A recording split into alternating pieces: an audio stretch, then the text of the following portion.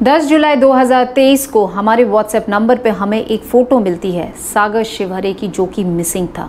पूरी जानकारी पाने के लिए हमने सागर के पापा अनिल शिवहरे से कांटेक्ट किया। उन्होंने बताया कि 8 जुलाई को दोपहर के वक्त ये 3 बजे घर से ये कह के निकलता है कि वो अपने दोस्तों से मिलने जा रहा है। रात होते होते उसका फ़ोन बंद आने लगता है। परिवार के लोग पुलिस में इंफॉर्मेशन देते हैं, मिसिंग कंप्लेंट भी लिखवा देते हैं, पर 2 दिन बीतने के बाद तक सागर की कोई सूचना नहीं मिल पाती है। इससे पहले कि हम उनकी कोई मदद कर पाते, सागर की इंफॉर्मेशन सागर के परिवार के लोगों को मिल गई। पर जब मां के कानों तक ये इंफॉर्मेशन पहुंची तो वो बेहोश हो गई, क्योंकि इंफॉर्मेशन काफ़ी खौफनाक और दिल दहला देने वाली थी। नमस्कार, मैं हूं श्रद्धा राय और आप देख रहे हैं द चाणक्य पे क्राइम कहानी। आज की घटना है ग्वालियर से लगभग 45 किलोमीटर दूर डबरा के एक इलाके में अनिल शिवहरे का परिवार है। अनिल अपनी पत्नी नीलम और 2 बच्चों के साथ रहते हैं।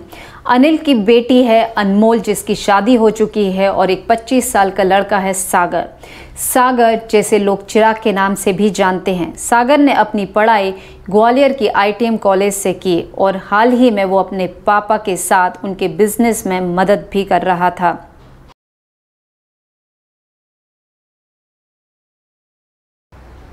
आठ जुलाई 2023 को दोपहर के 3 बजे सागर अपने घर वालों से ये कह के घर से बाहर निकलता है कि वो अपने दोस्तों से मिलने जा रहा है। शाम होते होते फ़ोन के थ्रू और मैसेज के थ्रू वो अपने घर वालों को फिर से इन्फॉर्म करता है कि वो थोड़ी देर में ही घर पहुंच जाएगा। पर रात के 8 बज जाते हैं और उसके बाद उसका फ़ोन स्विच ऑफ आने लगता है। पेरेंट्स परेशान होते हैं, सारे दोस्तों को कांटेक्ट करते हैं, रिश्तेदारों को भी कांटेक्ट करते हैं कि शायद उनके पास कोई सूचना हो। पर जब कोई सूचना नहीं मिलती है तो वो पुलिस स्टेशन में जाके देर रात में ही उसकी मिसिंग कंप्लेंट लिखवा देते हैं। पुलिस भी इमीडिएटली हरकत में आती है और उसकी लास्ट लोकेशन ट्रैक करती है, जो कि ग्वालियर में मिलती है।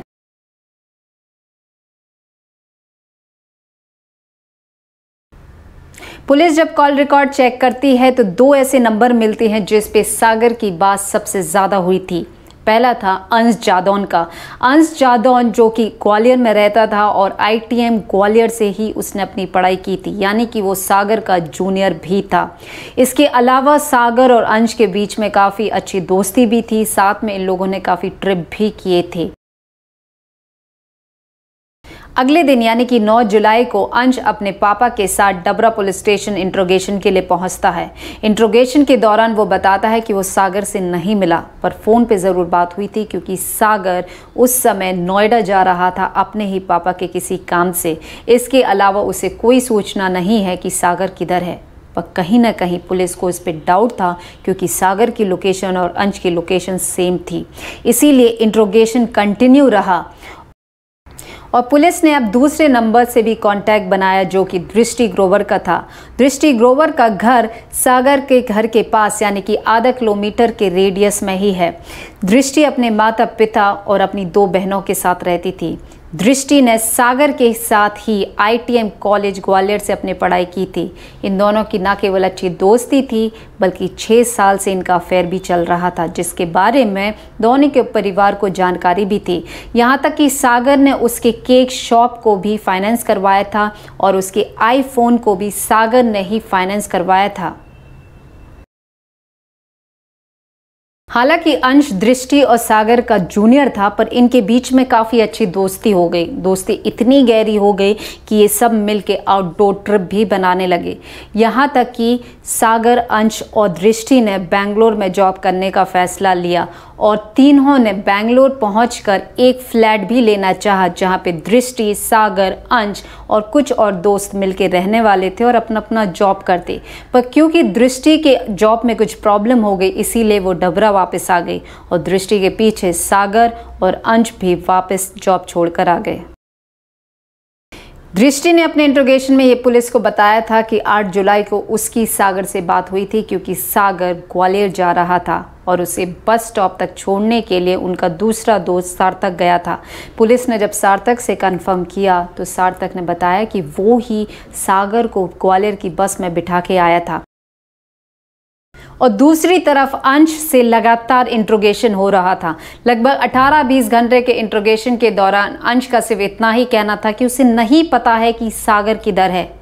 पर एक कांस्टेबल अविनाश की वजह से ये पूरी गुत्थी सुलझ गई, क्योंकि उसने अंश को कॉन्फिडेंस में लिया और अंश ने सच बता दिया। अंश ने बताया कि 8 जुलाई 2023 को सागर उससे मिलने के लिए ग्वालियर आया था। इन दोनों के बीच में किसी बात को लेके आर्ग्यूमेंट हुआ, झगड़ा हो गया और झगड़ा इतना बढ़ गया कि हाथापाई होने लगी और अंश के हाथ सागर के गले तक पहुंच गए और सागर की जान निकल गई।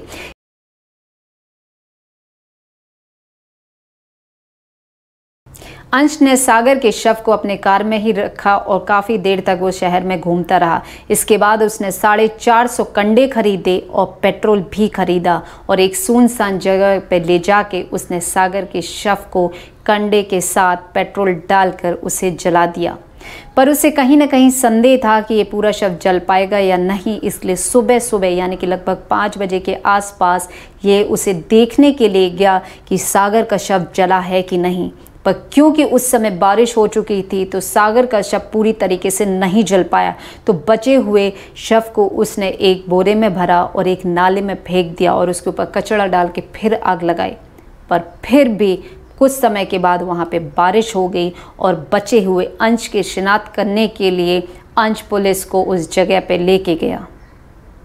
और जैसे ही ये न्यूज़ शिवहरे परिवार में पहुँचती है तो सागर की माँ बेहोश हो जाती है।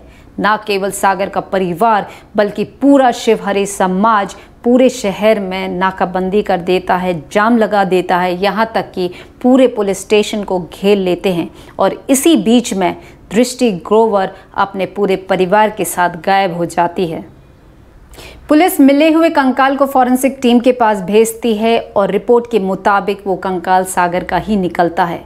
पूरे लोकल न्यूज़ में ये बात फैल जाती है और लोगों को ये भी लगता है कि शायद अनजाने में ये घटना हो गई। पर पुलिस तो पुलिस है, जब अपने पे आ जाए तो पाताल की गहराइयों में छुपे हुए सच को भी बाहर निकाल लेती है। ठीक ऐसा ही हुआ 14 जुलाई को, जब पुलिस ने सबके सामने वो सच रखा जिसके बारे में आप और हम अनुमान शायद कभी नहीं लगाते। पुलिस ने ये बताया कि अंश ने गला दबा के नहीं बल्कि 315 बोर कट्टे से यानी कि गोली मार के सागर की जान ली है। पुलिस को वो हथियार भी मिल जाता है और अंश की कार से सागर के खून के निशान भी।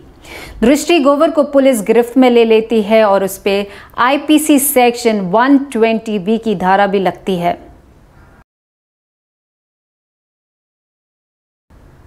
15 जुलाई को अंश ने कस्टडी में रहते हुए ही जो चद्दर ओढ़ने के लिए दिया जाता है उसको वो फाड़ता है और शौचालय की बाल्टी पे खड़े होके वेंटिलेशन वाली खिड़की पे वो कपड़ा बांध के अपनी जान लेने की कोशिश करता है। उसके बाद उसे प्राइवेट हॉस्पिटल में एडमिट कर दिया गया। अंश, सागर और दृष्टि, इन तीनों के बीच में काफ़ी समय से टेंशन चल रही थी, क्योंकि सागर अपने रिलेशनशिप को लेके काफ़ी सीरियस था। इसीलिए वो लगातार दृष्टि को समझा रहा था कि वो अंश से दूरी मेंटेन करके चले, पर शायद दृष्टि सुन नहीं रही थी या सुनना नहीं चाहती थी और अंश से इतनी ज़्यादा क्लोज हो गई कि वो दूसरे नंबर से अंश से कांटेक्ट में रहने लगी। और इसी लव ट्रायंगल के चलते इन तीनों के बीच में काफ़ी बार डिस्कशन होता है, कॉन्फ्रेंस कॉल भी होते हैं और अंश के पास पाए गए दृष्टि और अंश के इंटीमेट वीडियोस और फोटो ही शायद रीज़न बनता है कि सागर अंश से मिलने के लिए ग्वालियर पहुंच जाता है।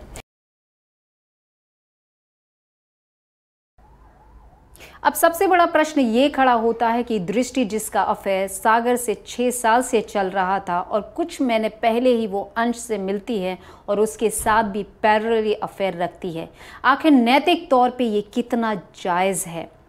अंश, आखिर उसे दृष्टि का कौन सा एडिक्शन लग चुका था कि उसने सारी हदों को पार कर दिया? ज़रा उस माँ के बारे में सोचिए जिसके चिराग का जन्मदिन 11 अगस्त को आने वाला है। सागर शिवहरे को श्रद्धांजलि। नमस्कार।